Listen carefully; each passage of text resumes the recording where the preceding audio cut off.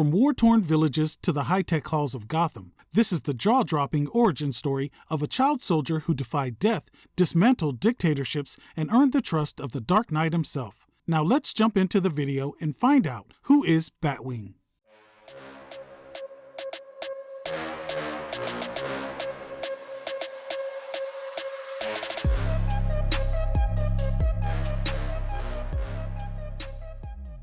David Zavimbe's life began in tragedy. Orphaned at a young age after losing his parents to AIDS, he and his brother Isaac were left vulnerable in a world consumed by violence.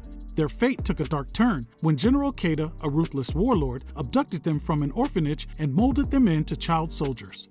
The brothers quickly rose through the ranks, earning the nickname Dragonflies for their unmatched speed and deadly precision. They became elite operatives, executing missions with chilling efficiency until one order changed everything. The general commanded them to annihilate a village, fully aware that innocent lives would be lost. The brothers refused and pleaded with the general to let them slip in and kill the rival warlord without having to kill everyone in the village. When the general refused and commanded them once again to blow up the village, Isaac, in a bold act of defiance, fired his weapon into the air, warning the villagers.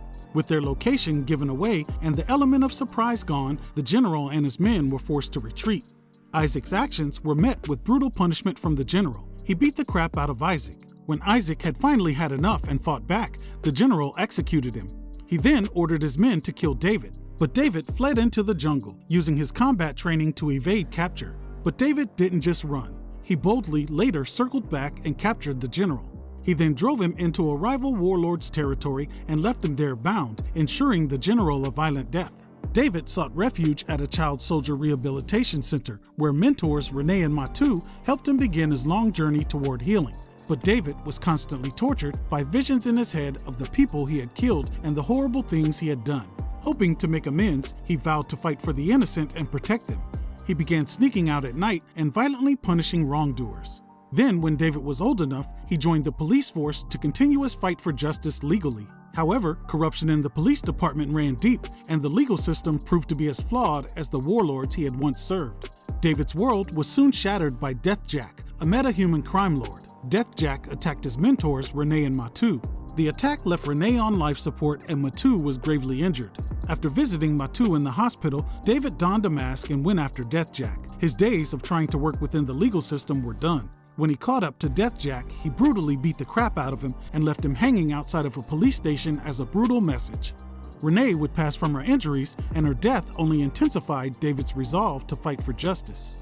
Determined to make a difference, David continued his vigilante activities, dismantling criminal organizations across Tinashe, his home city in the Democratic Republic of Congo.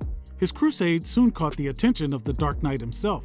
Batman saw in David a kindred spirit and offered to help him. David and Matu traveled to Gotham, where Batman offered him the resources and guidance to become a more effective crime fighter. David asked Batman why he had chosen him, to which Batman explained his reasoning before unveiling the high-tech crime-fighting batsuit he had for David. David was all in and became Batwing, the Batman of Africa.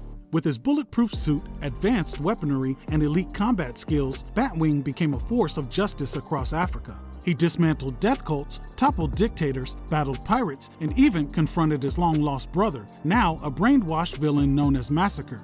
At times, he backed up the Bat family in Gotham City, particularly during the Night of the Owls. He also briefly joined the Justice League International, assisting the team in global efforts until it disbanded. But eventually, the weight of his past and the pressure of his role as Batwing became too much. David met with Batman and returned the Batwing suit, telling Batman he just couldn't do it anymore. Batman understood, and the two parted ways on good terms. But it didn't take long for Batman to pass on the mantle of Batwing to Luke Fox, the son of Lucius Fox, his longtime ally. David Zavimbe as Batwing had no metahuman abilities. His strength lied in his elite combat training, honed through years as a soldier and a police officer. His mastery of martial arts and marksmanship made him a lethal threat even without weapons. He was outfitted with an advanced batsuit, equipped with adaptive technology and winged flight capabilities. If David Zavimbe's journey from child soldier to the Cape Crusader known as Batwing blew your mind, just wait. We've got more origin stories from the DC universe coming your way. So hit that like button, subscribe and join the family, and ring that bell so you never miss a video. Got a favorite Batwing moment? Drop it in the comments. That about does it for this video. As always, I appreciate you taking the time out of your busy day to stop by the channel and check out this video.